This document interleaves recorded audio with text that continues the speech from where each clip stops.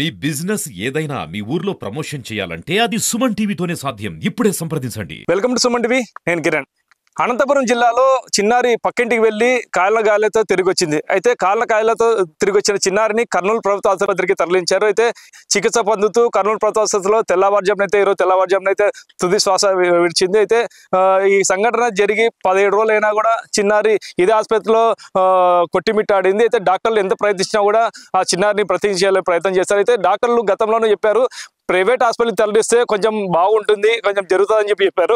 అయినా కానీ ఎవరు కూడా స్పందించలేదు ప్రైవేట్ హాస్పిటల్కి తరలించేందుకు. అయితే వీళ్ళకి ఆర్థిక స్తోమత లేదు అని చెప్పారు ప్రైవేట్ హాస్పిటల్కి తీసుకుపోయినందుకు. అయితే డాక్టర్లు కూడా చాలా కష్టపడ్డారు. అయితే ఈరోజు తెల్లవారుజామున అయితే పాప చనిపోయింది. ఇంతకు పాప చనిపోయినప్పుడు వీళ్ళైతే తల్లిదండ్రులు అయితే ఉన్నారు. ఈ సంఘటన గురించి వాళ్ళని అడిగి తెలుసుకుందాం. చెప్పండి అన్న, తెల్లవారుజామున మీ పాప చనిపోయింది, ఎట్లా ఇంతవరకు ఎలా ట్రీట్మెంట్ తీసుకున్నారు? ట్రీట్మెంట్ అయితే బాగా చేసినారండి. ఈడైతే బాగా చేసినారు. కాకపోతే పాప బ్లడ్లో అంతా ఇన్ఫెక్షన్ ఎక్కువైపోయి పాప కిడ్నీలు లివర్ ఫెయిల్ అయిపోయి చనిపోవడం అయింది. అంటే పాప కేవలం కాలనేది అంటే చేతులు ముఖం కాలింది, ఇక్కడ కిందికి ఇన్ఫెక్షన్ ఎట్లా వచ్చింది? అంటే మనకి బాడీలో నుంచి ఇన్ఫెక్షన్ బ్లడ్లో గురించి ఇన్ఫెక్షన్ అయిపోయి ఎట్లా అయింది పాపకి. ఇప్పుడు ట్రీట్మెంట్ ఎలా ఇచ్చారు? బాగానే ఇచ్చారు. ట్రీట్మెంట్ బాగా ఇచ్చారు. బాగా వాళ్ళు కానీ చాలా ప్రయత్నం చేశారు. కాకపోతే పాప అట్లా అయింది. మనకి గాయాలు అంటే మనకి తలపైన చాలా ఎక్కువ గాయాలు అయినాయి పాపకి. చాలా డెప్త్గా కాలినది. ఇంకా అది మనకి షాక్ ఇది అయిపోయి పాప అట్లా అయిపోయినట్లు. నిన్నటి వరకు పాప ఎలాగుంది? తెల్లవారుజామున చనిపోయింది అంటున్నారు కదా, నిన్నటి వరకు ఎలా ఉంది? నిన్నటి నుంచే మనకు అట్లా అయిండేది. అంతకుముందు బాగుండే. నిన్న పొద్దున్న నుంచి మనిషి అంతా వాపు ఎక్కడము అంతా ఊదిపోయి అంతా ఇది అయిపోయింది పాప. వీళ్ళు డాక్టర్లు కానీ చాలా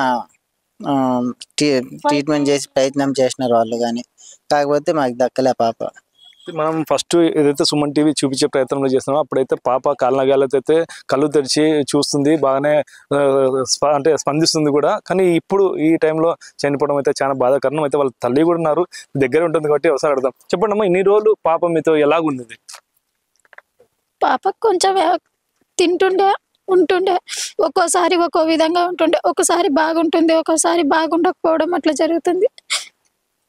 అది మొన్న రాత్రి పాపకి చిల్డ్రన్ వార్డు దగ్గర పిలుచుకుపోయినాక అక్కడ వాళ్ళు మళ్ళీ టెస్ట్ చేపించి బ్లడ్లో ఇన్ఫెక్షన్ ఉంది పాపకి అని చెప్పి అన్నారు. మా ప్రయత్నం మేము చేస్తామమ్మా, అదంతా మళ్ళీ దేవుని దయ అని చెప్పి అన్నారు. వాళ్ళు కానీ బాగా ట్రీట్మెంట్ చేసినారు, వాళ్ళ సాయశక్తిలో వాళ్ళు కానీ ప్రయత్నించినారు. కానీ మా పాప ఆ ట్రీట్మెంట్ని తీసుకోవడానికి అంత పెద్ద పాప కాదు కదా, చిన్న పాప కదా, ఆ పాప తట్టుకోలేకపోయింది, శరీరం తట్టుకోలేదు. అంతే, ఆ బ్లడ్ ఇన్ఫెక్షన్ అయ్యి పాపకి చావే వచ్చేసి. దీనికి కారణం ఎవరు అనుకుంటున్నారు? ఏం జరిగింది అనుకుంటున్నారు? మీకు ఇంతవరకు ఎన్ని రోజులు అయింది కదా, ఏం తెలిసింది మీకు? మాకైతే ఏం చెప్పలేదు సార్ వాళ్ళ ఇంట్లో ఏం జరిగిందని. నిర్లక్ష్యంగా మా పాపకి ఏం జరిగిందో పోలీసు వాళ్ళు కూడా కనిపెట్టలేకపోయినారు. మేమైతే కంప్లైంట్ ఇచ్చాము, జరిగి ఇన్ని రోజులైనా వాళ్ళు కంప్లైంట్ ఇచ్చినా కానీ వాళ్ళ ద్వారా నుంచి మాకు ఏ రెస్పాన్స్ రాలేదు. అంతే. ఇప్పుడు పోలీసు వాళ్ళు ఏమైనా కేసు నమోదు చేస్తున్నట్టు ఏమైనా చెప్పారు? వాళ్ళు రిజిస్టర్ అయినట్లు నాకైతే మెసేజ్ వచ్చింది.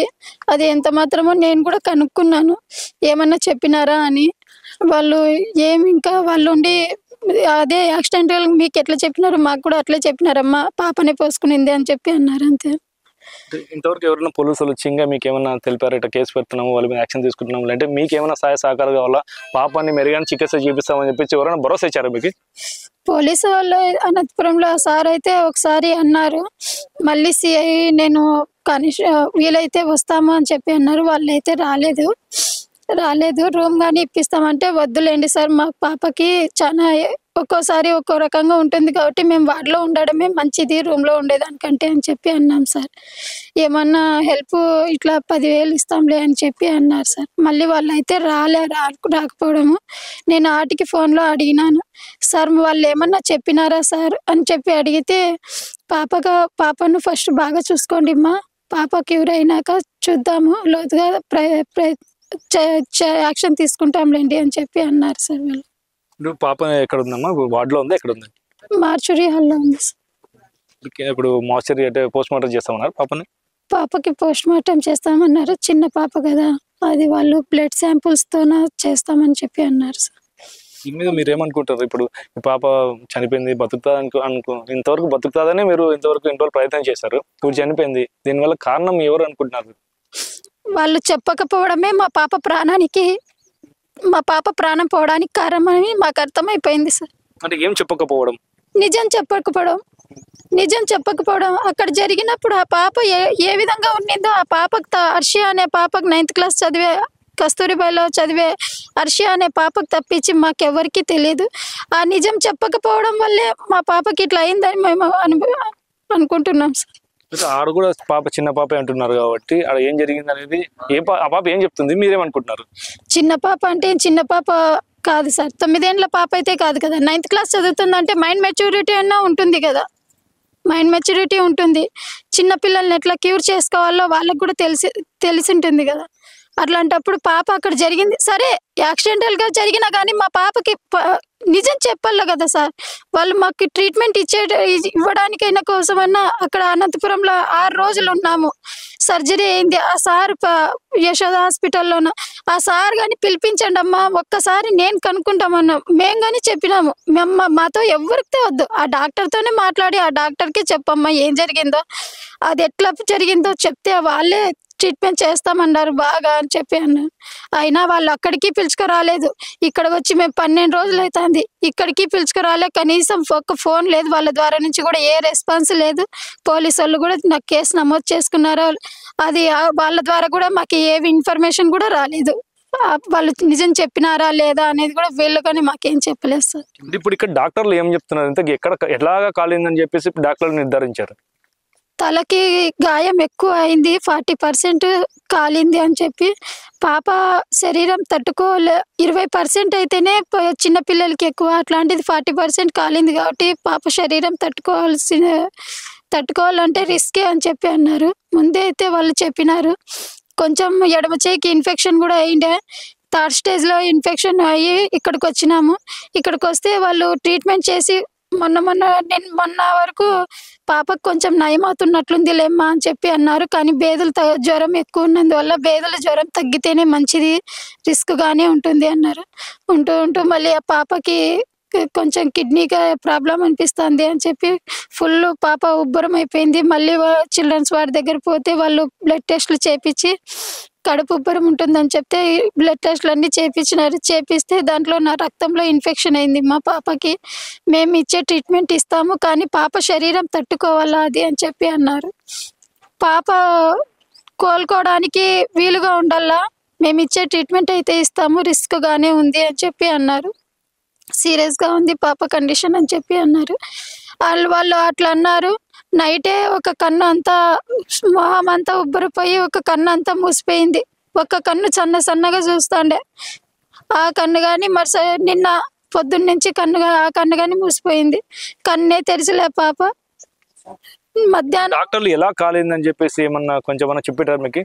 అంటే అది గంజాయా లేదంటే వేడి నీళ్ళ లేదంటే నూనె అనేది ఏమని చెప్పారా డాక్టర్లు? వాళ్ళు గంజి అయితే అయ్యిండదు, గంజి అయితే ఇంత ఇదిగా కాలిండదు. అయినా గంజి పాప పోసుకునే పరిస్థితిలో పాప ఏం పెద్ద పాప కాదు కదా, చిన్న పాప కదా, చెయ్యి వేడి తగిలితేనే పోయే పాప.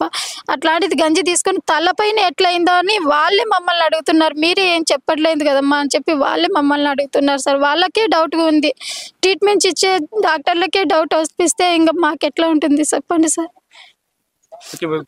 ఇప్పుడు పాప చనిపోయినాక పోలీసులకి సమాచారం అందించారా? ఏం చెప్తున్నారు పోలీసులు? ఇప్పుడైతే మేము చెప్పాము, వాళ్ళైతే యాక్సిడెంటల్గా జరిగింటేమో అని చెప్పి అన్నారు. ఇంకా మళ్ళీ మా వాళ్ళు వస్తామన్నారో ఏమో తెలియదు సార్ మాకు, కానీ మా వాళ్ళు పిలుచుకొని వస్తున్నారో ఏమో. ఆర్థిక సాయం అందిస్తామని చెప్పేసి ఏమైనా తెలిపారా? ఆర్థిక సాయం అందించినా మాకు వద్దు సార్, మాకు న్యాయం కావాలా.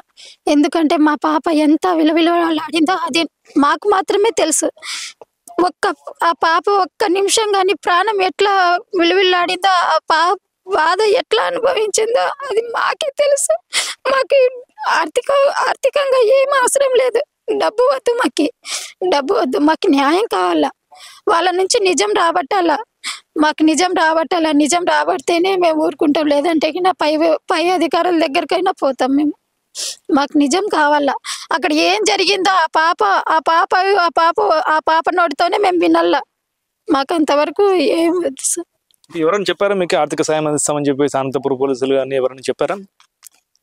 అంటే సిఏ అని చెప్పి ఫోన్ చేసిండ్రండి అనంతపురం నుంచి. మాకు ఫోన్ చేసి మీకు హెల్ప్ చేస్తామన్నారు వాళ్ళు. వాళ్ళ సబ్ ఇన్స్పెక్టర్ అని చెప్పినారు.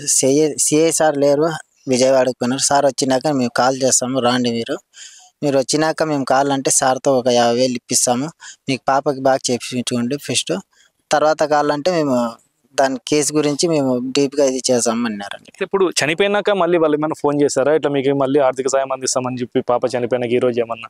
లేదండి, వాళ్ళ ఇంతవరకు వాళ్ళ సమాచారం ఇది అందలేదు, వాళ్ళకి మేము ఫోన్లు చేయలేదు.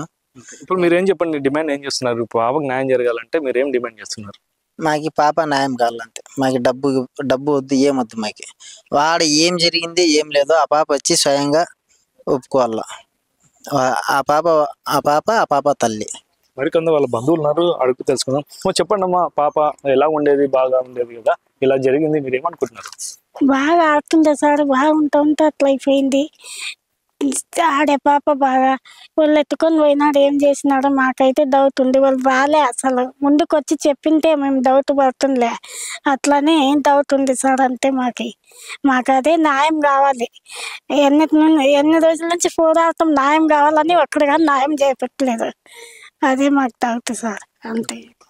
ఇదండి, అయితే 18 రోజుల కిందట జరిగిన ఈ సంఘటన. అయితే 6 రోజుల వరకు అనంతపురంలో ఆసుపత్రిలో అయితే చికిత్స అందించారు. 6 రోజుల తర్వాత అంటే మెరుగైన చికిత్స కోసం కర్నూలు ప్రభుత్వ ఆసుపత్రికి తీసుకొచ్చారు. అయితే కర్నూలు ప్రభుత్వ హాస్పిటల్లో చికిత్స అందించారు డాక్టర్లు. అయితే ఈ చికిత్స అయితే మెరుగైన చికిత్స అందించారు. కానీ ఈ రోజు అయితే తుది శ్వాస పాప విడిచింది. అయితే ఏదేమైనా కానీ మాకు ఎలాంటి ఆర్థిక సాయం వద్దు, మాకు కేవలం న్యాయం కావాలా. పాపకి ఏం జరిగింది, అలా సంఘటన ఎలా జరిగింది అనేది మాకు న్యాయం అంటే తెలియాలా అనేది అయితే వాళ్ళు డిమాండ్ చేస్తున్నారు. అయితే పోలీసులు దీనిపైన కేసు వివరాలు వీళ్ళు కూడా చెప్పి అంటే ఈ కేసు కట్టినాం, ఎలాంటి కేసు కట్టినాం అనేది కూడా వీళ్ళకి తెలియదు అంటున్నారు.